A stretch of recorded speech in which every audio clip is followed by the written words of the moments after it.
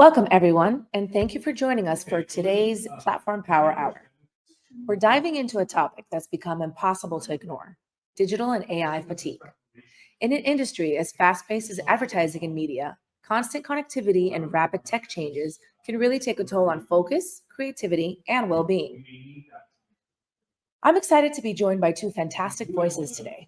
The first, Alana Turpin, Senior Director of Sustainability and Culture at Omnicom Media Group, who brings a wealth of perspective on leadership and organizational culture. The second, Akanksha Tangri, founder of Reset, a corporate wellness company that works with organizations across the region to build healthier, future-ready workplaces. Together, we'll unpack the root causes of digital fatigue. Welcome, ladies. Akanksha, I'll start with you. Digital fatigue is really becoming a buzzword, but what does it really mean in today's workplace, especially in advertising and media?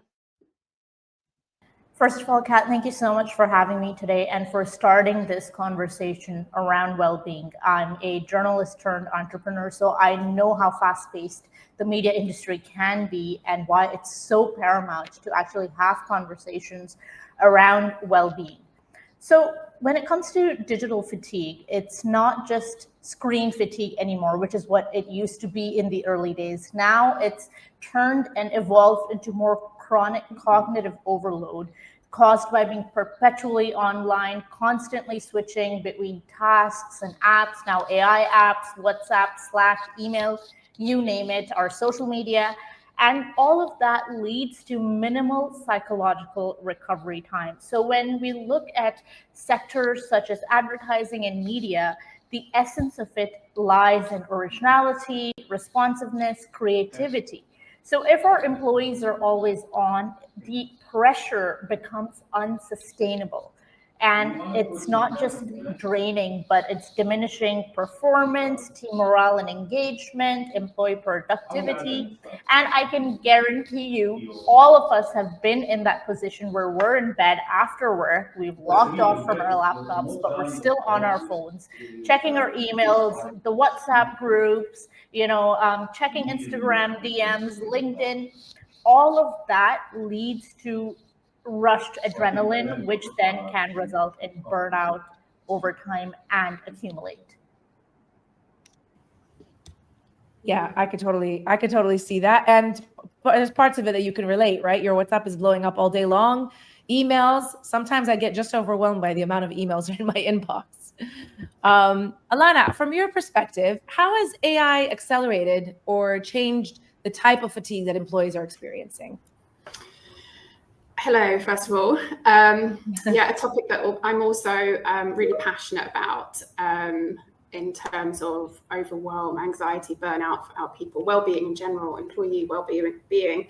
So I think it's just added to the overwhelm people feel of having to learn, or AI having to learn just one more thing in order to give value in their role. I mean, in an agency, we already have to wear so many hats. You take media planners, for example, who have to be experts across multiple different media platforms. They have to manage supplier relationships. They need to constantly be up to date with evolving tech company developments, market research, data analytics, understanding SEO, et cetera, et cetera, et cetera.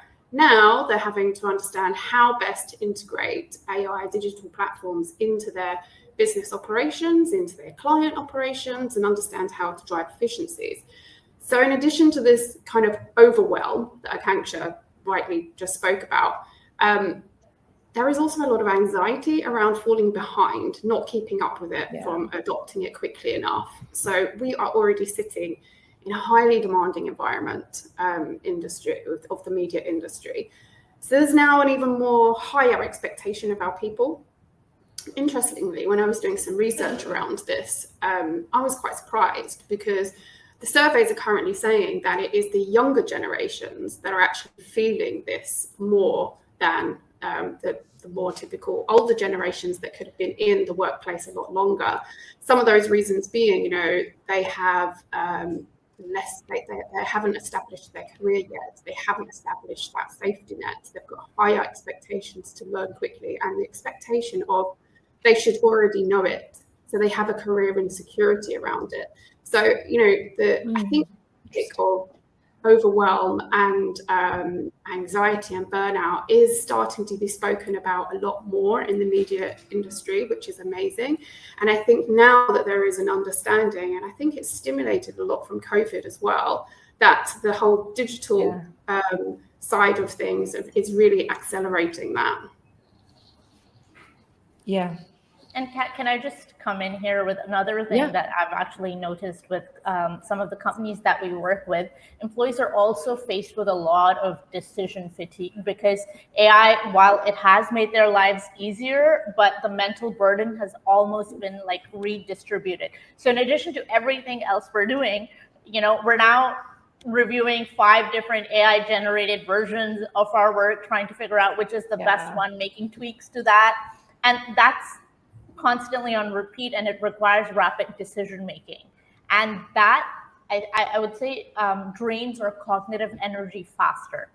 And I think right now with companies, what we're also seeing is the hyper productivity pressure. So a lot of employers and companies think, okay, great, we've given you AI tools, that means you are getting through your work faster. So yes, it's helping increase the output of the work we're doing, but it's also increasing the amount of work we need to churn out, right? So it's taking a toll on human sustainability. And then, of course, we've all seen the news around layoffs that are happening globally, where marketing jobs are being cut into. So there is that fear of irrelevance, and Alana said, there is anxiety as well. And all of that takes a real toll on employees' morale and mental health. And I found a survey while I was doing research from Upwork, and that says that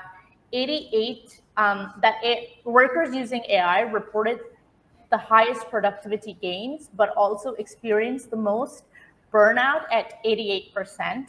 And they're also twice as likely to quit considering compared to less productive AI users. Wow. That's interesting. So, Akanksha, what are some of the early warning signs managers should look out for in their teams? Like when it comes to burnout or digital overload, what does that look like?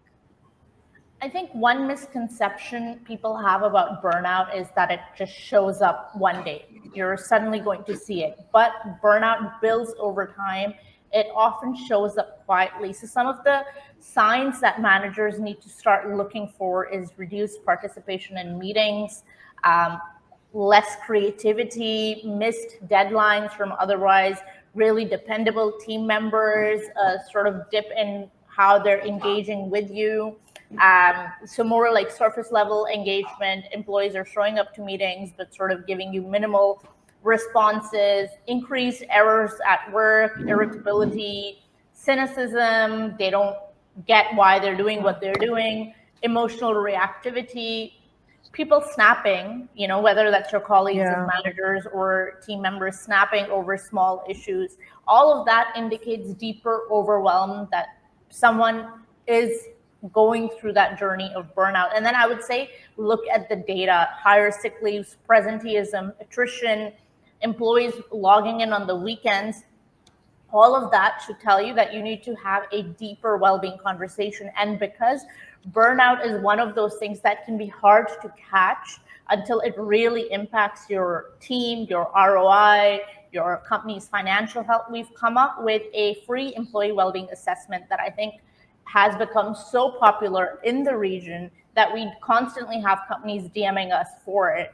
And it's a 5-minute anonymous workforce well-being assessment that you can just send off to your team, and you will get clear data on what they're struggling with, where the gaps are, where the challenges are, and where you have an opportunity as a leader to build employee culture, to support them, and to accelerate employee growth and performance.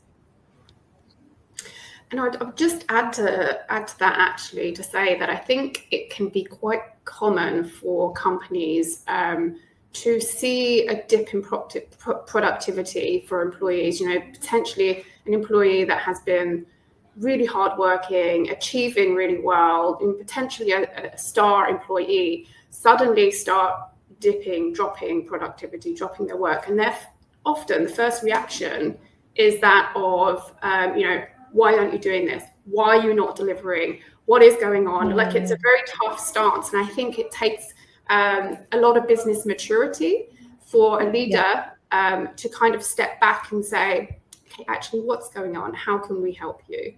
And I think it's that kind of understanding that leaders need to gain, that there is so much that we are expected to do in the media agency. Let's approach it with empathy rather than, why is something not being done? You're not doing your job properly. And it's something that we are trying to train our people and our leaders to have these kind of conversations. Yeah, fair enough. I was actually going to be, my next question is, how does digital fatigue affect creativity, focus, and collaboration in advertising, Alana? Like, what are you seeing on your side? So I actually, to prepare for this call, I put a few polls out on LinkedIn. And one of those questions was, how does digital overload through tools, including AI, most often affect you? It was a small poll, had 33 responses. But the top answer there was, with 50%, less creativity and fresh thinking. The runner-up on that with 29% was hard to focus, get things done. So, clearly we're already seeing that in our industry. People are already recognizing that digital overload is kind of preventing us from being creative. It's not enabling us to have that white space where you can think strategically and think creatively. Because, as we said, there's a constant expectation to do more. It's already adding to the demanding and fragmented nature of our roles. People are great at putting pressure on themselves. So it's often a spiral. The more of this overwhelm and anxiety they feel, the more likely to be heading to burnout. The less focus they have, the more mistakes they make, the more diminished their creativity be, and their focus will become more on survival and just completing their everyday tasks rather than thinking strategically. So, I don't think digital fatigue will look any different from normal corporate fatigue. It's just adding, it's amplifying to get there, unfortunately, quicker. Yeah, definitely. What do you think, what role do leaders and HR teams play in creating healthier digital boundaries at work? I know we've touched base on this a few times, but I'm curious to see what your thoughts are. So I have been in this role for, I've been at this company, OMG Media Group, for 16 years now. And my role has evolved a lot over that time. I started in the media world. So I did that I was a planner for 7 years before moving to a sustainability role and then the people team 5 years ago. And I almost feel that we have experienced the first round of this in the initial stages of COVID lockdown, where the lines were blurred and it almost became the norm to be online 24/7. And it took a lot of time to kind of readjust those boundaries.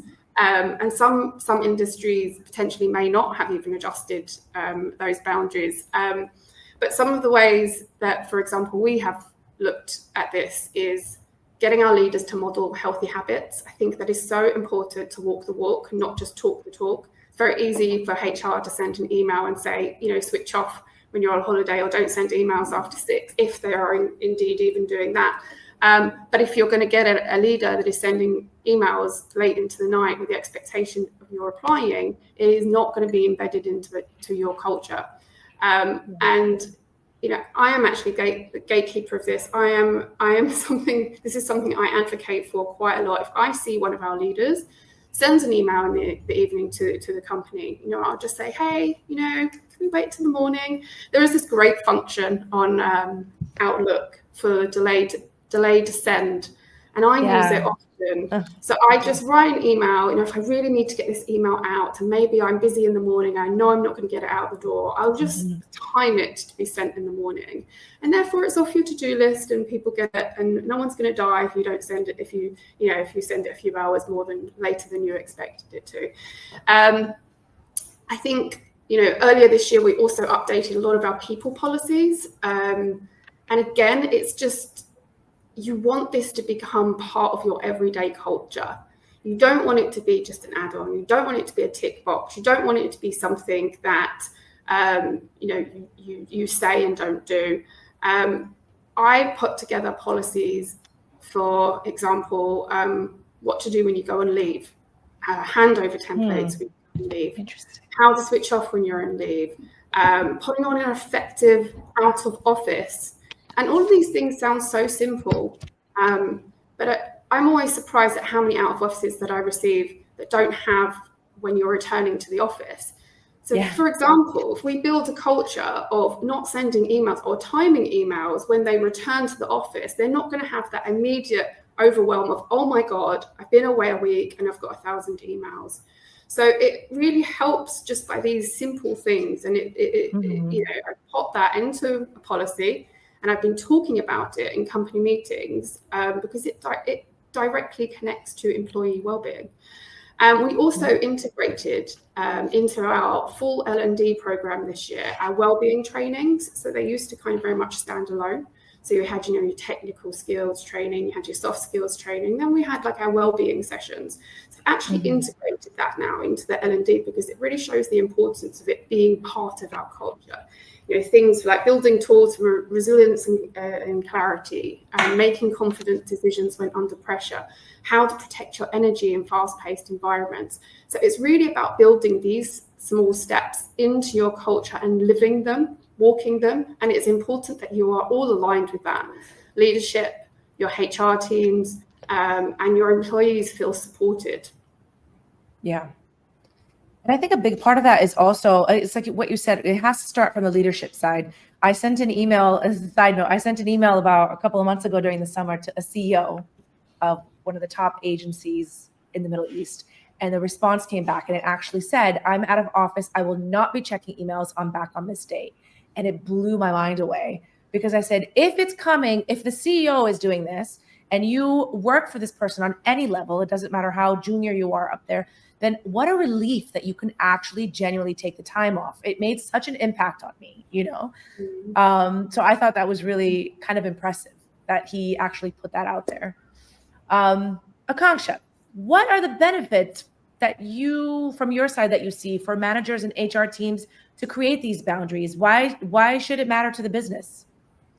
I think one thing I always tell every company that we work with, your employee well-being program will be successful if you have leadership buy-in.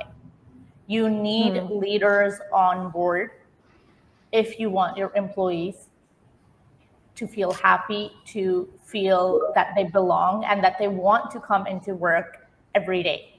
What truly moves the needle in shaping healthier workplaces is empathetic leadership, human connection, active listening, and meaningful conversations, especially when a lot of companies treat tech as a replacement for culture. So in an age where I would say automation is everywhere, you need the human touch points. No app can replicate trust, psychological safety, or compassion. You cannot outsource it and give them access to another app and be like, here, do with it what you will. From a retention standpoint, it comes down to risk management. Talented employees are burning out from the lack of control over their time. They're burning out due to the volume of their work, and boundaries help restore that and give some semblance of normalcy, whether that's autonomy, agency, or even recovery time to actually just stay still and have some time to themselves and think.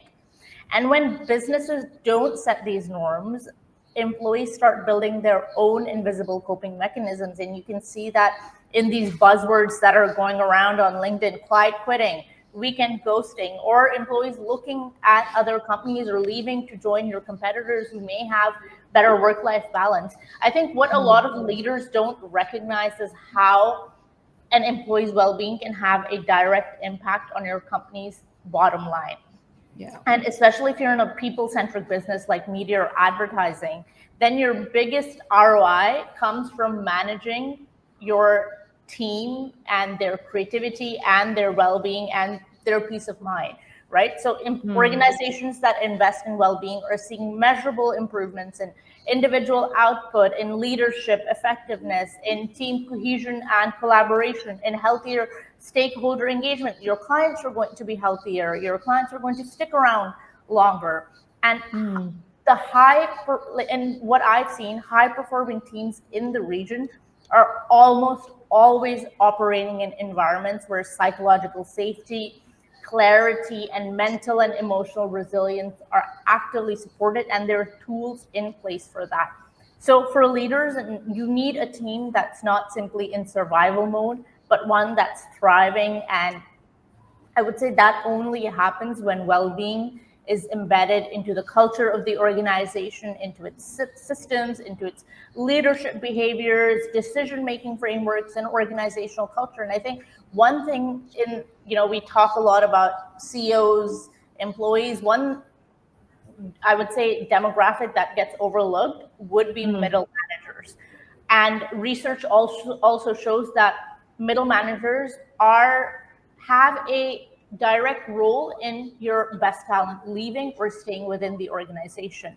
And a lot of middle managers often don't get the training and support they need to be able to look out for team well-being, to look out for signs of burnout, to implement psychological safety and the top-down, I would say, agenda that comes. So I think that's another key area that organizations need to focus on.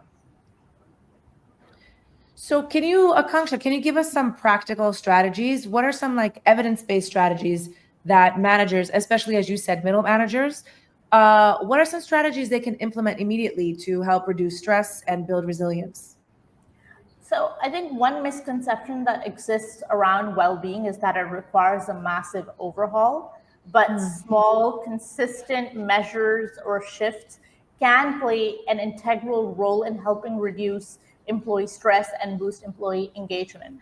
So if you're a middle manager and you have a team, I would say start with weekly team meetings where it's not just like, hey, what's on your plate? What are you working on today? Why isn't this done? But go in with asking people how they're doing. Are there any challenges? Are there any stressors? How can I better support you as a manager?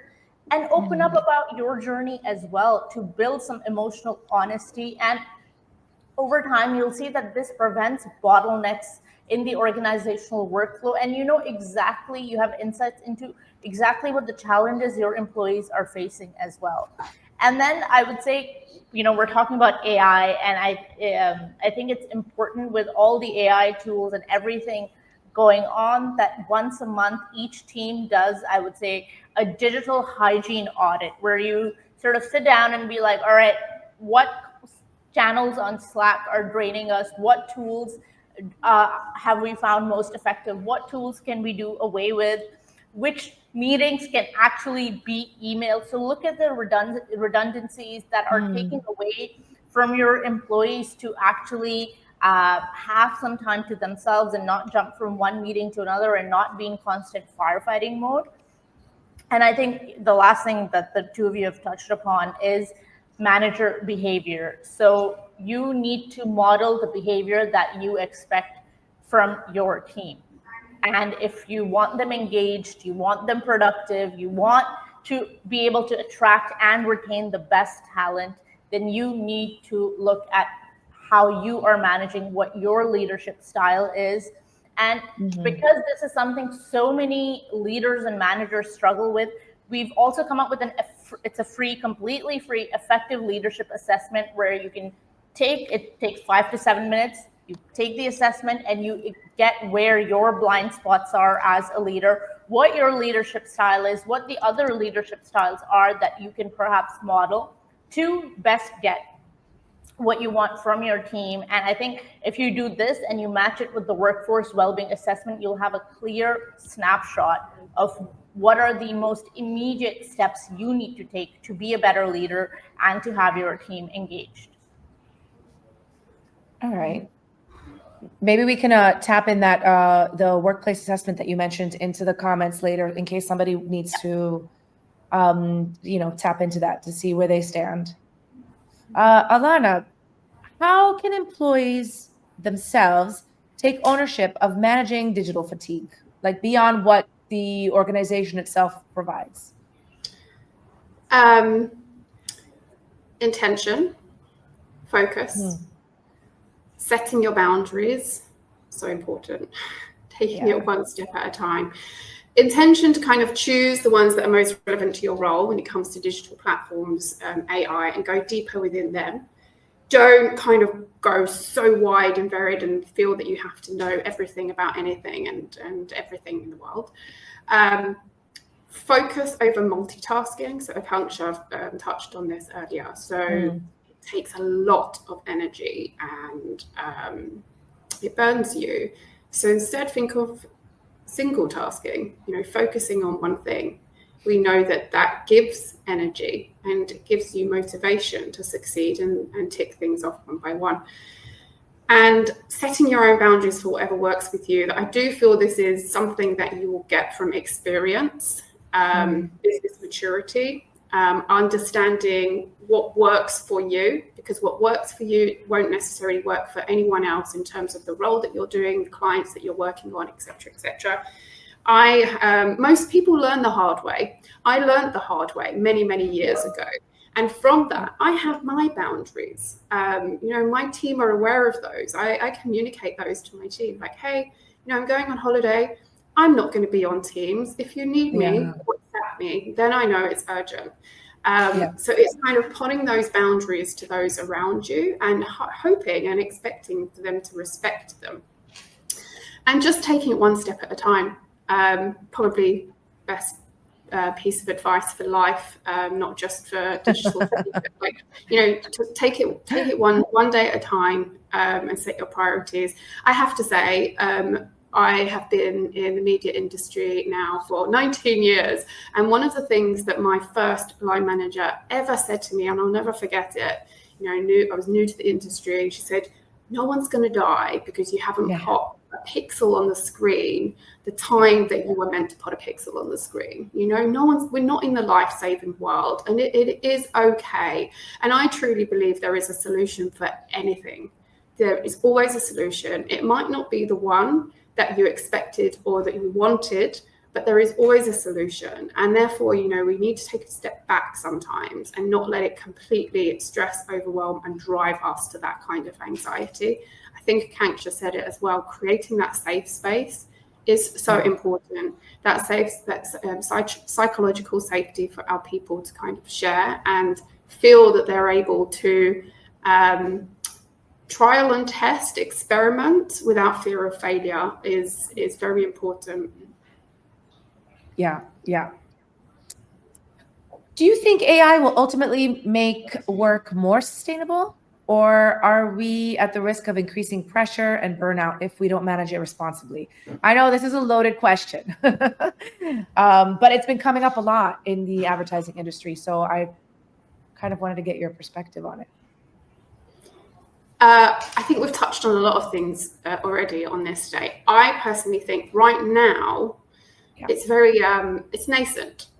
I think there's a difference in expectation and reality. I think leaders and companies are thinking that AI will save us so much time, and it will. Yes, they are right. Yeah. But right now we're still working out how that's going to be. So the response of, just check ChatGPT or just, use this tool or whatever.